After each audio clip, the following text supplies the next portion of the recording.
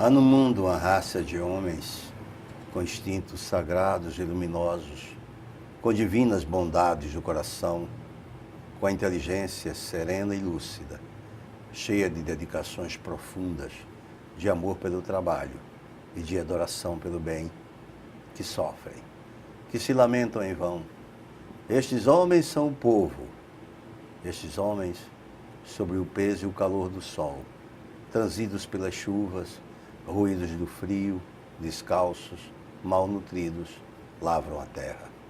Revolvem-na, gastam a sua vida, a sua força para colher o pão, o alimento de todos.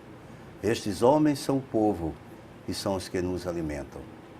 Estes homens vivem nas fábricas, pálidos, doentes, sem famílias, sem doces noites, sem um olhar amigo que os console, sem o repouso do corpo e a expansão da alma, e fabricam um ninho, o pano, os estofados. Estes homens são o povo e são os que nos vestem. Estes homens vivem debaixo das minas, sem o sol e as doçuras consoladoras da natureza, respirando mal, comendo pouco, sempre na véspera da morte. Rotos, sujos, curvados, e extraem o metal, o ferro e toda a matéria das indústrias. Estes homens são o povo e são os que nos enriquecem. Estes homens, em épocas de lutas e de crises, pegam as velhas armas da pátria e vão, a neve, a chuva, nos calores pesados, combater e morrer longe dos filhos e das mães. Estes homens são o povo e são os que nos defendem. E o mundo oficial, opulento, soberano, o que faz a estes homens que o vestem, que o alimentam, que o enriquecem, que o servem? Primeiro despreza-os, não pensa neles, não vela por eles, trata-os como se tratam os bois, deixa-lhes apenas uma pequena porção dos seus trabalhos dolorosos, não lhes melhora a sorte, cerca-os de obstáculos e de dificuldades, forma-lhes em redor uma servidão que os prende e uma miséria que os esmaga, não lhes dá proteção. E terrível coisa, não os instrui, deixa-lhes morrer a alma. E é por isso que os que têm coração e alma e amam a justiça, devem lutar e combater pelo povo. E ainda que não sejam escutados, têm na amizade deles uma consolação suprema. E com este texto de Eça de Queiroz, nós abrimos o Café com Poesia de hoje, trazendo uma entrevistada muito especial. Olga Miranda, é um prazer imenso de recebê-la aqui no programa e falar sobre a sua trajetória e falar também sobre a obra que você está lançando. E nessa obra retrata momentos que você viveu e reflexões sobre seu pai, o Jaime Miranda. Isso. Muito bem-vinda. Obrigada, boa noite a você, a todas as pessoas que estão nos assistindo nesse momento. E parabéns pela poesia recitada, né? Tão brilhantemente interpretada por sua pessoa, como é um dom que você tem, né? De fazer tocar os nossos corações através das poesias que você recita. E em relação ao livro que eu estou publicando, é um trabalho de muitos anos, não é? No qual eu fiz várias pesquisas para entender a personalidade do meu pai, o que ele fazia, quais eram as suas atividades tidas como clandestina.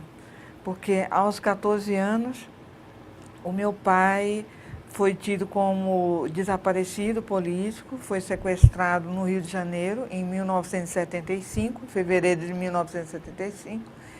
E, a partir daí, ele não mais foi encontrado. Então, minha mãe começou a percorrer, né, os quartéis, os necrotérios, a Associação Brasileira de Imprensa, a OAB, todos os lugares que pudessem ajudá-la a descobrir o paradeiro do meu pai. E aí, quando nós chegávamos nesses ambientes que eram militares, o meu pai era tido como um fora da lei, porque na época, quem era comunista, existia um artigo, um dispositivo legal, em que proibia atividades que eles denominavam de subversiva. Então, quando eu comecei a ouvir aquelas coisas, eu disse, mas estão falando da mesma pessoa, né?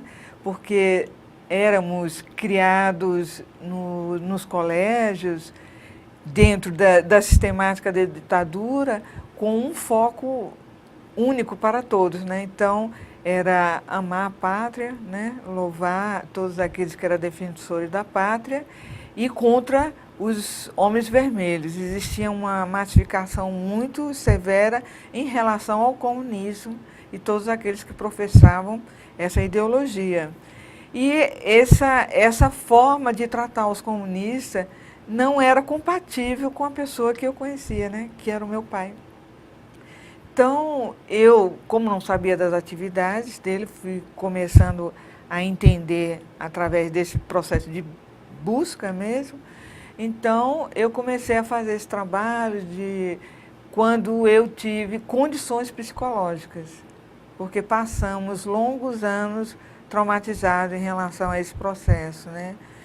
Nem minha mãe falava nada, nem nós falávamos coisa alguma, tampouco os demais parentes sobre o tema. Era um verdadeiro tabu. Principalmente porque não conseguíamos externar a nossa dor, não conseguíamos. Sabíamos que ela estava lá guardada e não conseguíamos falar sobre ela, né? Então, quando os anos foram se passando, a dor vai amenizando, né? Vai se acalmando, e aí a gente começa a enveredar por essa busca de forma mais ostensiva em relação aos documentos, porque fora as buscas na polícia, nos quartéis, no necrotério, ela não era mais possível, porque do Rio de Janeiro nós tivemos que voltar para Maceió, porque minha mãe ficou sem dinheiro, sem ter ninguém que pudesse conversar com ela, porque todas as pessoas do Partido Comunista e que eram ligadas ao partido, mesmo que não fosse comunista, mas que fossem ligadas, elas corriam um sério risco de serem presas, torturadas e assassinadas. Porque nessa fase, nos anos 70, não se matava mais a céu aberto, a moda era o desaparecimento. Desaparecia com o corpo e aí ninguém ficava sabendo o que acontecia. Vários amigos do meu pai foram sequestrados através dessa sistemática. Então, começamos a procurar e foi aí que fui percorrendo os departamentos de polícia de ordem social, que era o chamado DOPS, de São Paulo, do Rio, de Maceió, né? Inclusive nós contribuímos para a abertura do DOPS aqui em Alagoas. A Amparo, que é do Grupo Tortura Nunca Mais, nos ajudou nesse processo. Na época era o governador Mano. E nós, através desses documentos, fomos compilando as informações e aí construindo ao longo do tempo esse livro, né? Para conhecer toda a sua trajetória, sua caminhada. Além disso, nós fizemos assim, participamos de alguns trabalhos no Grupo Tortura Nunca Mais, na Comissão da Verdade dos Jornalistas e atualmente estamos na Comissão da Verdade aqui de Alagoas, chamada Comissão da Verdade Jaime Miranda. Comissão Memória e Verdade Jaime Miranda. Então, em diversos depoimentos, as pessoas vão narrando a vida do meu pai e de outros políticos, e a gente vai tendo uma noção de como era a conduta dele, como era a personalidade, como é que ele agia, qual eram os ideais dele. E aí quando eu fiz jornalismo, eu resolvi fazer o TCC em relação à vida do jornalista Jaime Miranda. E aí, após tirar essa nota máxima, os meus orientadores aconselharam que eu fizesse um livro. E aí esse livro foi nascendo. Nós estaremos amanhã fazendo o lançamento dele, e ele trata não só da vida de Jaime Miranda, como de todas as pessoas que estavam ao redor dele, as pessoas que foram afetadas por suas escolhas. Não só a escolha dele, como de Nilson Miranda, que também era comunista, que foi cassado e que sofreu vários processos e viveu exilado longos anos lá em Paris e em outros países, né? Meu pai não, meu pai foi preso em 64 e viveu clandestinamente no Rio de Janeiro até 1975, quando foi sequestrado. Então o livro conta isso, mas conta também que meu avô, na época que em 64 foi preso, meus tios foram presos, muitos deles perderam o emprego. O Hotel Atlântico, que era o estabelecimento comercial do meu avô, foi invadido diversas vezes por policiais e acreditava-se que no porão do hotel havia armas, né, e materiais de última geração para gerar uma grande revolução aqui no estado de Alagoas. Então, um imaginário muito fértil, né, naquela época, girava em torno dos Mirandas. Como era o nome do seu avô? Meu avô Manuel Simplício de Miranda. Né? Ele Era um comerciante. Não. Era do partido também? Não era do partido. Meu avô era maçom e comerciante. Né? Mas porque ele teve um irmão comunista, chamado Ezequiel, que foi até preso junto com outras pessoas aqui. Né? O Graciliano Ramos foi levado para Ilha Grande. Então, ele, desde aquela época que nossa família vinha sendo marginalizada. E meu pai tinha muito medo que meu avô tinha medo que meu pai enveredasse por esse mesmo caminho. Meu pai, meu tio Nilson. E o livro conta toda essa história do meu pai tentando tirar do meu avô tentando tirar o meu pai dessa trajetória que ele queria seguir, né? Então, estimulou para que ele fizesse direito, para que ele trabalhasse nos bares, para que ele se libertasse dessas ideias que ele possuía. Então, o livro vai contando isso e o sofrimento do meu avô em busca de tirar o meu pai da prisão, porque meu pai foi preso várias vezes. Uma delas foi quando tentou ajudar a eleição de Miguel Arraes, em Recife.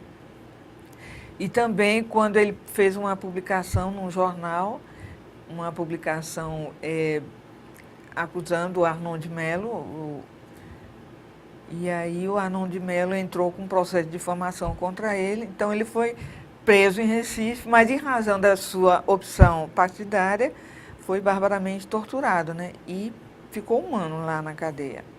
Aí o livro vai contando isso, meu pai lá, meu avô tentando encontrar, e isso ele conseguia muita ajuda através dos amigos da maçonaria, localizar o meu pai para resgatar. Porque, né, em Recife mesmo ele poderia ter sido assassinado, se ficasse no anonimato e não tivesse ajuda. Então também eu conto sobre a trajetória da minha mãe. Eu falo do universo feminino, o que é ser uma esposa de comunista, sem dinheiro. Muitas vezes meu pai viajava e passava longo tempo na Europa, né, na China, em Cuba, em vários países ele viajava. E minha mãe ficava em casa para cuidar de 4 filhos.